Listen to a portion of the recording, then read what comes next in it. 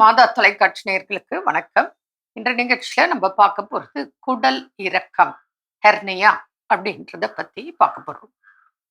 பொதுவா இதோட அறிகுறிகள் எப்படி இருக்கும் அப்படின்னா, நம்மளோட தொப்புள் இருக்கு இல்லைங்களா, அங்கிருந்து சின்னதா கொஞ்சம் நமக்கு லேசான வீக்கம், ஒரு கோலி சைஸ் கூட இருக்கலாம்.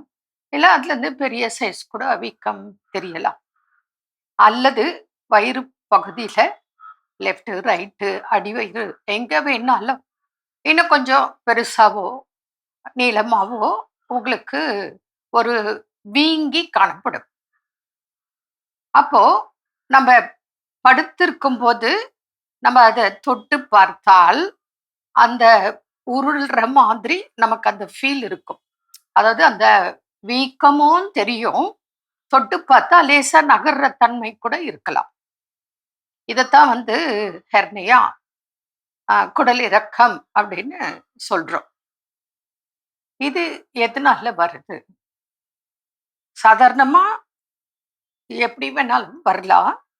முக்கியமாக உடல் பருமன் அதிகமாக இருந்தாலும், அல்லது நம்ம ஏதாவது அறுவை சிகிச்சை, வயிறு சம்பந்தமான அறுவை சிகிச்சை செய்திருந்தாலும், அந்த அறுவை சிகிச்சை தையல் போட்டு அந்த கிழிச்சி ஆப்ரேஷன் பண்ணி இருக்காங்க இல்லையா, அந்த பகுதியில நமக்கு அந்த குடல் இறக்கம் வீங்கி காணப்படும்.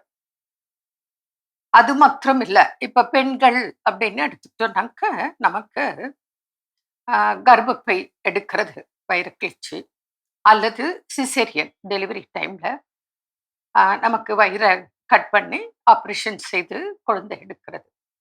இது போல ஆப்ரேஷன்னால செய்தவங்களுக்கு இந்த குடல் இறக்கம் அதிக அளவுல வர்றதுக்கு வாய்ப்புகள், காரணங்கள் அதிகம். சரி, இதுக்கு நம்ம என்ன செய்யணும்? இப்போ சாதாரணமா வலி இருந்தாலோ, அல்லது பெரிய சைஸ்ல அது உப்பி வீங்கி காணப்பட்டாலோ, நம்ம டாக்டர் கிட்ட கட்டாயம் போகணும்.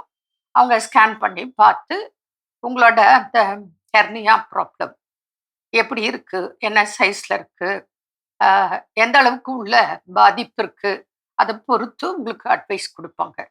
நம்ம என்ன சொல்றோம்? ஆயுர்வேத முறைப்படி உடல் பருமனாக இருந்தால் உடல் எடையை குறைக்க வேண்டும். இது மாத்திரம் காரணம் அல்ல, மலச்சிக்கல் இல்லாமல் பார்த்து கொள்ள வேண்டும். மலச்சிக்கல் இருந்தாலோ நமக்கு குடல் பகுதிகளில் வீக்கம் ஏற்பட்டு, அல்லது கொழுப்புகள் படிந்து வீக்கம் ஏற்பட்டு, அதனால் கூட நமக்கு குடல் இறக்கம், ஹெர்னியா ப்ராப்ளம் வரலாம். அதனால நம்ம மெயின் காரணம், எல்லா நோய்க்கும் மாஸ்டர் காஸ் கான்ஸ்டிபேஷன். இது பல நிகழ்ச்சிகளை நம்ம சொல்லியிருக்கோம். இதுதான் உண்மை, உலகத்துக்கே இது உண்மை. அப்போ இன்றைய காலகட்டத்துல பிள்ளைங்க, யங்ஸ்டருக்கு மலச்சிக்கல் அப்படிங்கிறது ஒரு அதிகமான அளவுல பாதிக்கப்பட்டிருக்காங்க.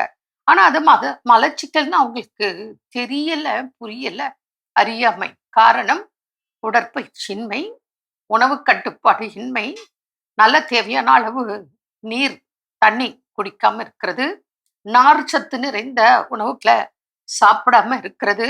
அப்போ உணவு பழக்க வழக்கமும் ஒரு முக்கிய காரணம். அதே போல இப்ப இந்த குடல் இறக்கம் இருக்கு இல்லையா, இதுக்கு அறுவை சிகிச்சை தான் அவசியம் அப்படின்னும் கிடையாது. இது போல அடுத்த நிகழ்ச்சியிலும் நம்ம பயனுள்ள விஷயங்களை பார்க்கலாம். மீண்டும் நாளை சந்திப்போம். நன்றி. அன்னை மரியே வாழ்க.